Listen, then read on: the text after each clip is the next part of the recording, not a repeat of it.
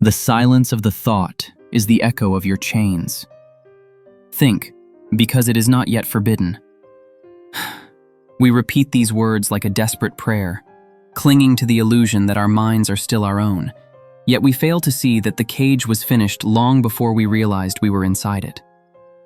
In a world where the very language we use to express our pain is being dismantled piece by piece, thinking is not an act of rebellion. It is merely the twitching of a dying nerve. George Orwell didn't just warn us about a future of surveillance. He diagnosed a terminal condition of the human soul, where the walls of our cells are built from our own silent compliance. We wander through the gray corridors of our existence, convinced that as long as our lips are sealed, our thoughts remain free, ignoring the terrifying truth that if you can no longer find the words for freedom, the concept itself has already withered and died within you. To think, in a world that demands only echoes, is not a privilege. It is a slow, agonizing realization that you are the last witness to your own disappearance. We feed the machine with our secrets, convinced that our individuality is a fortress, while every click and every exhaled breath is indexed, cataloged, and eventually turned against us. Orwell knew that power is not just about breaking your bones. It is about tearing your mind apart and putting it back together in new shapes of their choosing. You believe you are watching the world, but the world is a mirror designed to reflect only what you are permitted to see. There is no longer a past to return to, for the records have been rewritten, and your memories are becoming nothing more than inconvenient ghosts. We live in an era where the truth is not suppressed. It is simply made irrelevant by a deafening roar of manufactured noise. You are not a pioneer of your own life. You are a data point in a grand experiment of submission, a ghost haunted by the very technology you thought would set you free. In the end, there will be no need for a boot stamping on a human face, for we have learned to love the weight of the boot, mistaking its pressure for the only touch we have left.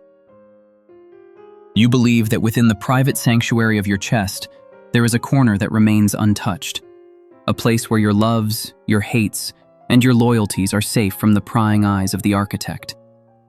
But Orwell's shadow looms over this vanity, reminding us that there is no such thing as a private soul in a world that demands total transparency. Even your emotions are being redesigned. They are no longer spontaneous eruptions of the spirit, but calculated responses to external stimuli. We are losing the capacity for deep, agonizing love, the kind that defies logic, because we have been taught that such things are inefficient, even dangerous. In the shadow of the ministry of truth, the heart becomes a vestigial organ, shriveled from disuse. We look at our neighbors not as companions in suffering, but as potential witnesses to our inevitable mistakes. Betrayal is no longer a choice. It is a survival mechanism, a currency we use to buy one more day of meaningless existence. Consider the terrifying simplicity of 2 + 2 making 5.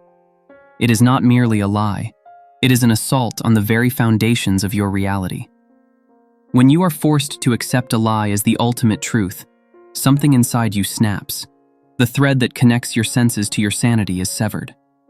You begin to doubt the very ground you walk on, the air you breathe, and the memories of the people you once held dear. This is the ultimate victory of power.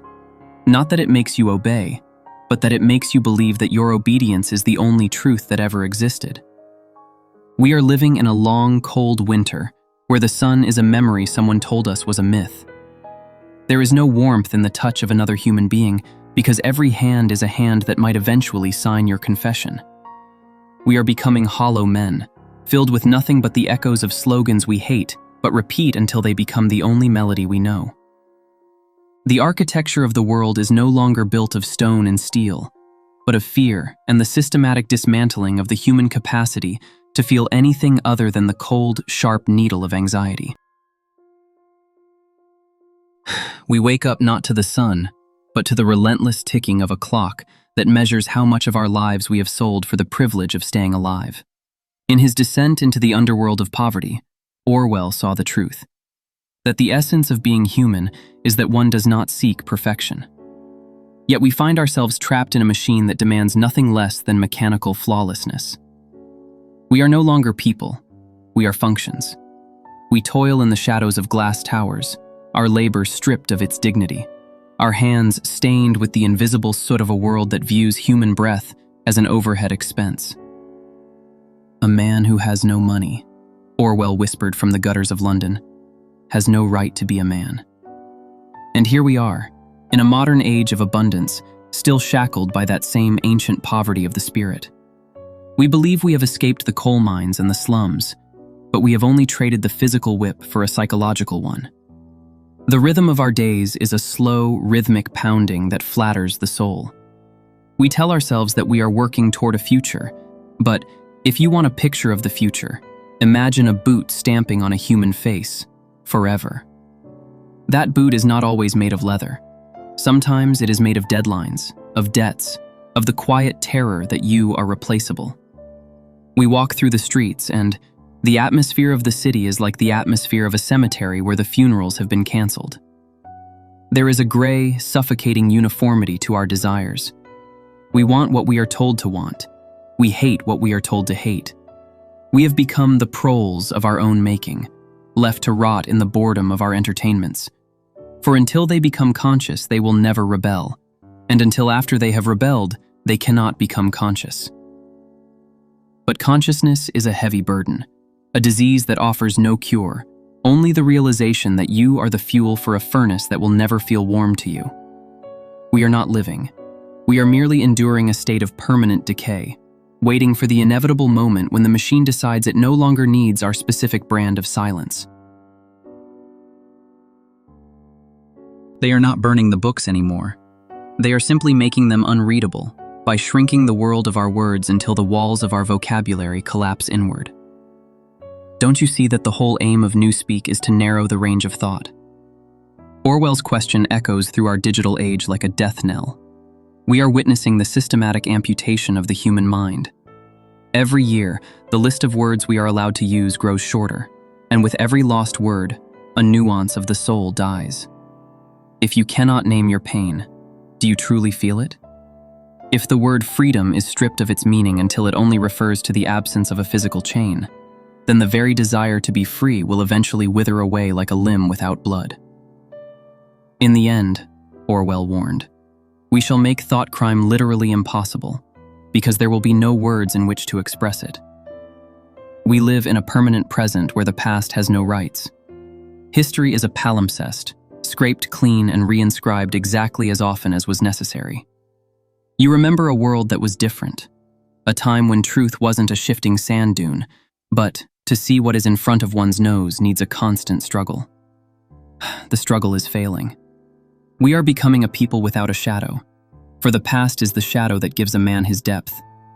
Without memory, you are a hollow vessel, ready to be filled with whatever temporary truth the day requires. He who controls the past controls the future. He who controls the present controls the past. This is not a political slogan. It is the blueprint for your erasure. Your memories are being replaced by flickering images and loud, empty declarations. You are being taught to forget, not just what happened, but who you were when it happened. In this vacuum, the individual becomes an impossibility. You are a ghost inhabiting a body that belongs to the collective, a mind that can no longer hold a single thought long enough for it to become dangerous. Power is in tearing human minds to pieces and putting them together again in new shapes of your own choosing. And the pieces they are choosing for you are small, jagged, and devoid of the capacity to dream of anything beyond the next instruction. We live in a state of permanent mobilization, not of our bodies, but of our hatreds. War, Orwell reminds us with a chilling clarity, is a way of shattering to pieces, or pouring into the stratosphere, or sinking in the depths of the sea, materials which might otherwise be used to make the masses too comfortable. We are kept on the edge of a manufactured abyss, convinced that there is always an other, a monster, a traitor, a foreign shadow, waiting to tear down the meager walls of our existence. War is peace, they tell us, and we believe it because a state of conflict provides the only meaning we have left. It is a peace built on the exhaustion of the spirit. When you are terrified of an enemy you have never met, You do not have the energy to question the master who feeds you that terror. The 2 minutes hate has expanded to fill 24 hours of our lives. We stare at our screens, our faces contorted in a synchronized rage, directed at whatever scapegoat has been provided for the day. It was a bright, cold day in April, and the clocks were striking 13. And in that distorted time, we lose the ability to distinguish between protection and imprisonment. We have become addicted to the adrenaline of loathing.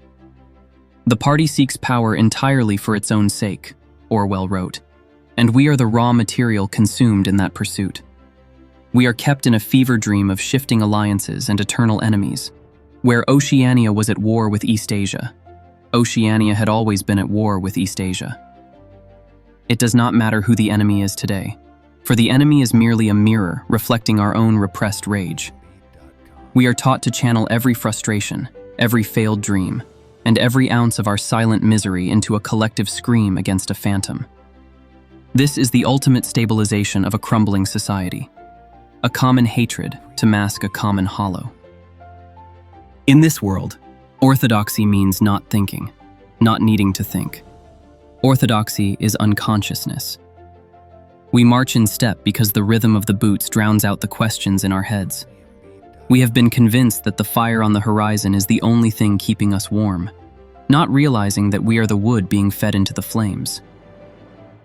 There is no victory in this war, only a peace that feels like the stillness of a grave. We are told that ignorance is strength, and we wear our blindness like armor, terrified that if we were to truly see the world as it is, stripped of its flags and its anthems, we would find only a cold, indifferent void. We have traded our capacity for empathy for the cold satisfaction of seeing someone else suffer, forgetting that in a world of universal cruelty, the wheel will eventually turn to us. If you want to keep a secret, you must also hide it from yourself. And we have hidden the truth so well that we can no longer find the courage to look for it. We are the architects of our own burning world, standing amidst the ashes and calling it progress. Think, because it is not yet forbidden. This sentence, which we once wore like a badge of defiance, is revealed in the end to be the cruelest joke of all. It is the final mercy of a hangman who allows you to pray before the trapdoor opens. We have spent this time wandering through the ruins of Orwell's mind, only to realize that thinking is not the cure. It is the symptom of our terminal solitude. To think, in a world that has already decided your fate, is merely to narrate your own execution. It is the silent scream of a man buried alive, realizing that nothing was your own except the few cubic centimeters inside your skull. But even that fortress has been breached. The thought you hold today is a seed that will never see the light. It is a ghost ship sailing a dried-up ocean. We must face the coldest truth Orwell ever whispered. Freedom is the freedom to say that 2 + 2 make 4. If that is granted, all else follows. But what happens when you say it, and the world simply laughs? What happens when you are free to think, but your thoughts have been rendered impotent, drifting like ash over a landscape of concrete and steel? You are not a rebel, you are a relic. You are the dead who are not yet dead, a lingering echo in a hall of mirrors. The object of persecution is persecution. The object of torture is torture. The object of power is power. And the object of your thought? It is nothing but the slow, agonizing measurement of your own cage. As the screen fades to black, do not look for a glimmer of light. Do not wait for a call to action. There is no rebellion coming. There is only the long, gray silence of a mind that thought it was free because it could still perceive its chains. We are the last generation that will even remember what it felt like to wonder. If you are human, that is the end of you. You have thought, you have questioned, and you have realized the depth of the abyss. Now the thinking is done. The silence that follows is not the silence of peace. It is the silence of the void. He had won the victory over himself. He loved Big Brother. And in that love, the last spark of the human spirit is finally, mercifully, extinguished.